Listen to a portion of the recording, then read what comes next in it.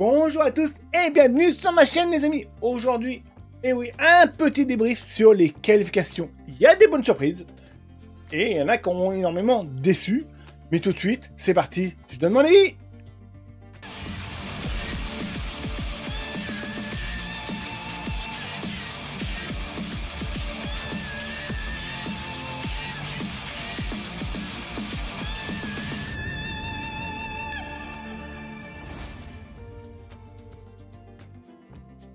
Mais avant ça, les amis, avant ça, surtout, n'hésitez pas de mettre un gros pouce bleu. Pourquoi?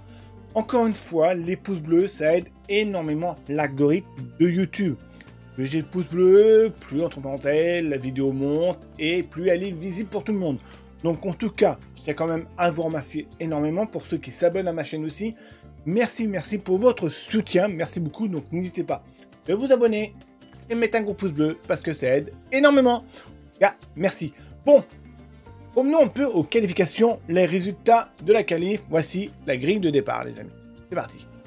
Alors, bon, Max Verstappen, bon, ok, même si on pensait qu'il a eu un peu de mal, mais il a mis quand même un sacré coup de pied dans les derniers tours. Donc, Max Verstappen, mais là, la grande surprise, c'est que derrière, on a les deux Mercedes, les amis, deux Mercedes. On a Russell et Hamilton, les deux Mercedes derrière. Étonnant. Franchement, bravo.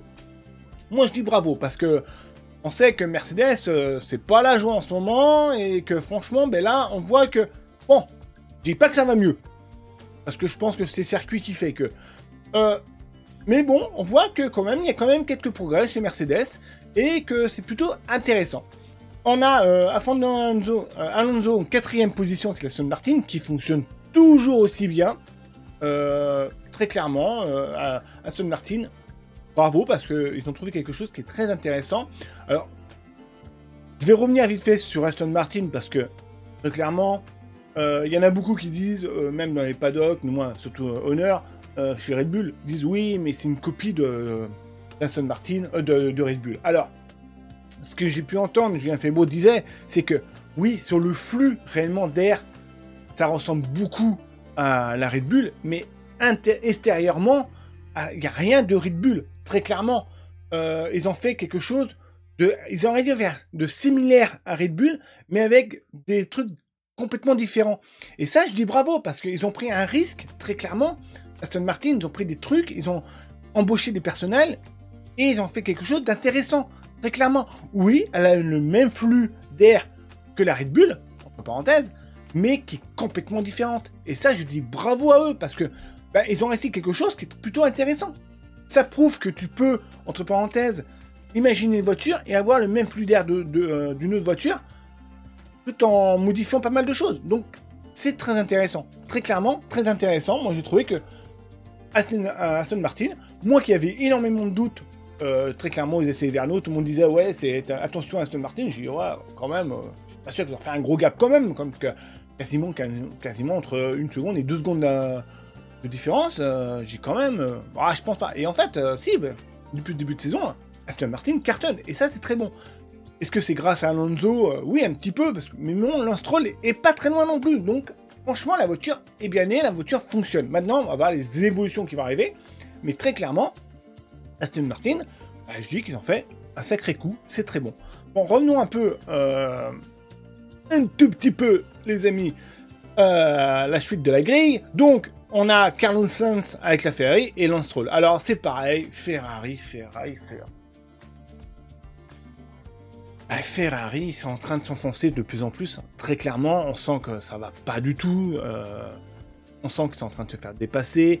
On voit très clairement la voiture n'est pas bonne. Et moi, c'est pour ça que je vous le dis depuis le départ. Très clairement, il faut savoir que la voiture, elle a été construite par Benotto à la base. Et que très clairement, on sent qu'il allait partir. Et on sent que ça n'a pas été développé comme ça a pu être développé. Très clairement, je pense qu'il n'en avait rien à foutre. Très clairement, il savait qu'il allait partir. Il n'en avait rien à foutre. Et ça n'a pas travaillé comme ça devait travailler. Très clairement. Moi, je dis ce que je pense. Très clairement, je pense que Binotto, il n'en avait rien à foutre. Après, s'il se dit, de toute façon, je suis viré, je vois pas pourquoi je m'amuserais à travailler dur pour que la Ferrari soit meilleure. Non. Et même, il le dit, il l'a même dit dans certains trucs, hein, dans certaines interviews, qu'il disait que même que la nouvelle Ferrari, même si elle marchait, ce serait pas son bébé, il n'en a rien à foutre, entre parenthèses, hein, c'est ce qu'il disait. Et je pense que dans ses paroles, c'est qu'il disait clairement, il sait très bien que la voiture ne sera pas compétitive, et il veut pas surtout s'engager. Mais Ferrari a des graves difficultés, très clairement. J'espère vraiment qu'ils vont remonter la pente, mais en 2023, ça va être très compliqué. Et je pense qu'il faut miser sur 2024 pour Ferrari. Et je pense que si, il faut laisser du temps à Fred Vasseur. Hein. Très clairement, il va y avoir des changements. Il faut qu'il remette l'équipe dans les droits chemins. Donc, il faut du temps pour ça. Et on a vu, hein, très clairement, ça a mis du temps à Todd, clairement, que Ferrari gagne des courses et de champion du monde. Je dis pas qu'il faut du même temps pour Fred Vasseur, mais il faut quand même du temps de remettre une écurie à flot, de remettre une écurie dans les droits chemins. Il faut pas être méchant, mais à un moment ou à un autre, il faut être aussi sévère et se dire je vais licencier ça, je vais les remplacer par ça, parce que voilà, ils sont pas compétents. Voilà, à un moment ou à un autre, c'est ce qui va se passer, très clairement. Voilà, donc oui, Ferrari est en difficulté, et en grave difficulté, très clairement. Moi, c'est ce que je vois. Donc, continuons un peu le résultat. Donc, en 6ème, on a Lance Stroll, qui est plutôt pas mal, hein, je vais en 6ème. Charles Leclerc, 6ème. Et encore une fois, je le répète, c'est pas sa place. C'est pas sa place. Mais bon, voilà. Et là, c'est là que c'est plutôt très intéressant. C'est 8ème, Albon. Alors là, Albon, pour moi, écoutez, très très bonne qualif. Albon avec la Williams. Et on sent, je sais pas comment vous trouvez ça, mais je trouve que cette année, déjà l'année dernière, je trouvais que Williams avait retrouvé un peu d'aile. Cette année, Williams, je trouve que ça commence à remonter un petit peu. Alors, c'est pas non plus les gros gaps, c'est pas non plus... Alors, ils vont pas jouer les podiums, mais on sent que Williams, ça commence à remonter, on sent que l'équipe a retrouvé un équilibre, très clairement, et que, franchement, oui, la voiture, elle est basique de chez basique, très clairement. Mais ça fonctionne. Ça fonctionne. Et ça, moi, je dis bravo, quand même, parce que Williams, ça fait du bien de les revoir un peu à monter. Alors oui, c'est peut-être le circuit qui est atypique, très clairement, mais on a vu quand même que Albon jouait quand même des bonnes positions à chaque fois. Hein. Il a fait être 10ème au prochain Grand Prix, tout ça, donc à l'ancien Grand Prix. Donc effectivement, la Williams commence petit à petit à être compétitif et peut-être pouvoir jouer les top 10 peut-être l'année prochaine. Ça, on verra.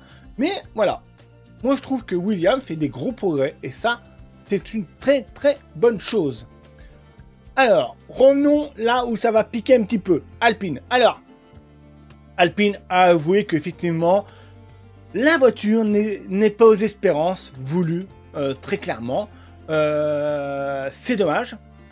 Je pense qu'ils vont travailler fort. On a vu que l'année dernière, Alpine, c'était l'équipe qui avait énormément mieux travaillé, qui avait emmené des évolutions quasiment toute l'année, et que ça a très bien marché, et que la voiture, elle a évolué.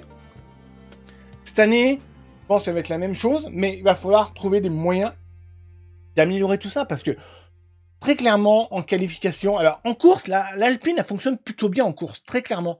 Mais en qualification, ça manque encore un petit peu quand tu vois que Haas n'est pas loin, quand même. Nico Hülkenberg est quand même 10ème. Hein. 10ème. Et c'est une Haas, hein, quand même. Donc, Alpine a vraiment besoin, pour moi, de retravailler tout ça. Alpine, il faut qu'ils revoient pour retravailler leur copie, parce qu'il y a un gros problème au niveau de la qualification. Course, je trouve qu'il est plutôt pas mal, mais en qualification, il faut retravailler tout ça. Alors encore une fois, oui, c'est un circuit atypique, Melbourne, ça a toujours été un circuit un peu atypique, un circuit un peu où on va dire que les Formule 1 ne fonctionnent pas comme d'autres circuits. C'est vrai qu'on a toujours des courses un peu différentes en Melbourne, mais bon, Alpine doit faire des gros progrès. J'avoue que très clairement, ça déçoit un petit peu. On va avouer, parce qu'on attendait énormément d'espérance, et puis au bout du compte, on ne les a pas trop. Donc il faut quand même le dire. Bon, revenons un peu donc à Nico Hülkenberg qui fait pour moi un début de saison incroyable, très vraiment. Il revient cette année et ça fonctionne très bien. Une Haas qui est plutôt compétitive. Esteban Ocon, 11ème. Pareil, c'est ce que je vous dis, hein, tu as vraiment besoin d'être retravaillé en qualif et Alpine. Tsunoda, AlphaTauri, plutôt pas trop mal, très clairement. Et puis McLaren, Lando Norris, écoutez, qu'est-ce que je vous dis de McLaren, encore une fois, je vais peut-être répéter la même chose, mais McLaren, très clairement, pour moi, ils sont complètement perdus. Ils ont essayé de copier un peu la Red Bull, parce que très clairement, elle ressemble à une Red Bull. Pour moi, la McLaren, beaucoup disent la Aston Martin ressemble à une Red Bull, alors que c'est pas du tout. Oui, le flux, oui, mais après, tout ce qui est carénage, pas du tout. Mais la McLaren ressemble à une Red Bull, et ça ne marche pas, très clairement. Et c'est pour ça que je vous dis, c'est que pour moi, McLaren, c'est l'équipe qui est complètement perdue, c'est l'équipe qui sait pas dans quelle direction il faut aller, et c'est l'équipe qui va arriver à se dire, bon, il faut copier ça parce que ça fonctionne, quoi. Et c'est ça qui est dommage. Ils sont arrivés là, comme McLaren, à dire, on va essayer de copier parce qu'il faut que ça fonctionne. Et c'est là le plus gros problème de McLaren. Pour moi, c'est l'équipe la moins stable. Ils ont changé de moteur, je sais pas combien de fois, de constructeur de moteur. On parle déjà qu'en 2026, McLaren pense déjà à changer de constructeur moteur. Non mais c'est hallucinant. Comment veux-tu construire une voiture?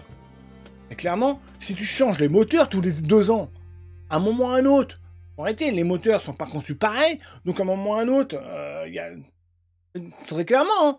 Donc à un moment ou à un autre, il faut arriver à se poser et se dire, bon, qu'est-ce qu'on fait? Qu'est-ce qui va pas?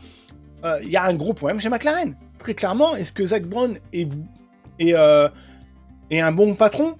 Je pense pas, très clairement.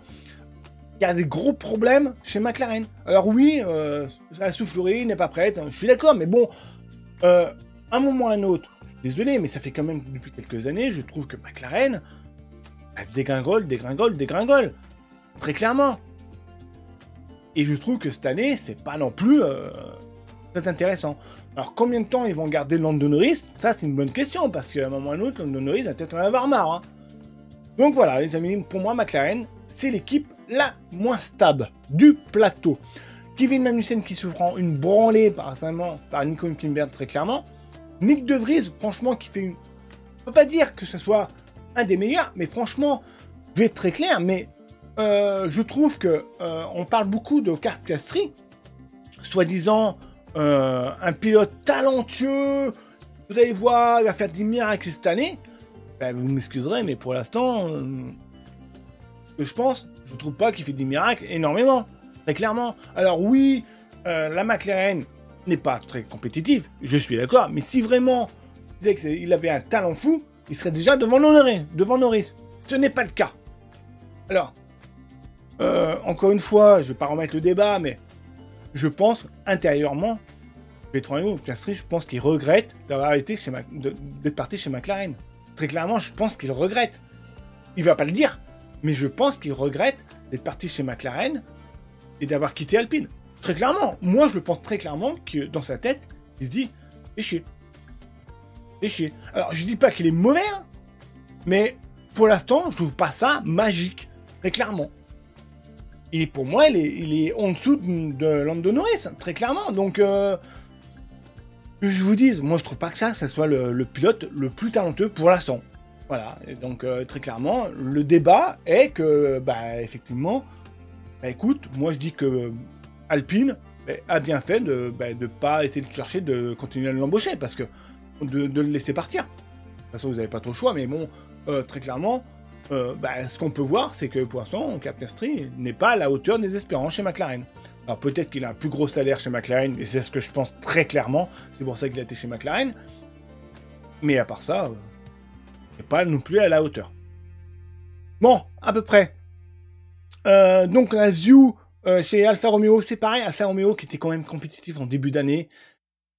Ouais, Alfa Romeo, ah là là là là là là, je sais pas quoi dire, Alfa Romeo, c'est pareil, c'est une équipe qui déçoit très clairement. Je sais pas ce qui se passe avec Alfa Romeo, on sent que c'est pas développé. Est-ce que Bottas est vraiment à la hauteur pour être le leader d'Alfa Romeo? Parce que, très clairement, je sens que il y a un gros problème chez Alfa Romeo, encore une fois. L'équipe, au début, marchait bien, et puis là, ça y est, ça dégringole. C'est dommage. Vraiment, vraiment très, très dommage, Alfa Romeo, mais bon. Je pense qu'ils ont hâte que ce soit racheté par Audi, hein, très clairement. Ils ont vraiment hâte que ce soit racheté par Audi. Et puis, effectivement, Lango Sargent, qui a fait une erreur, mais qui, pour moi, c'est là où j'en ai aussi. Je trouve que, très clairement, c'est un pilote qui est pas trop mal, hein. Très clairement, Logan Sargent. Pourquoi? Parce que quand tu regardes, au Cafersky, il est 16e, d'accord?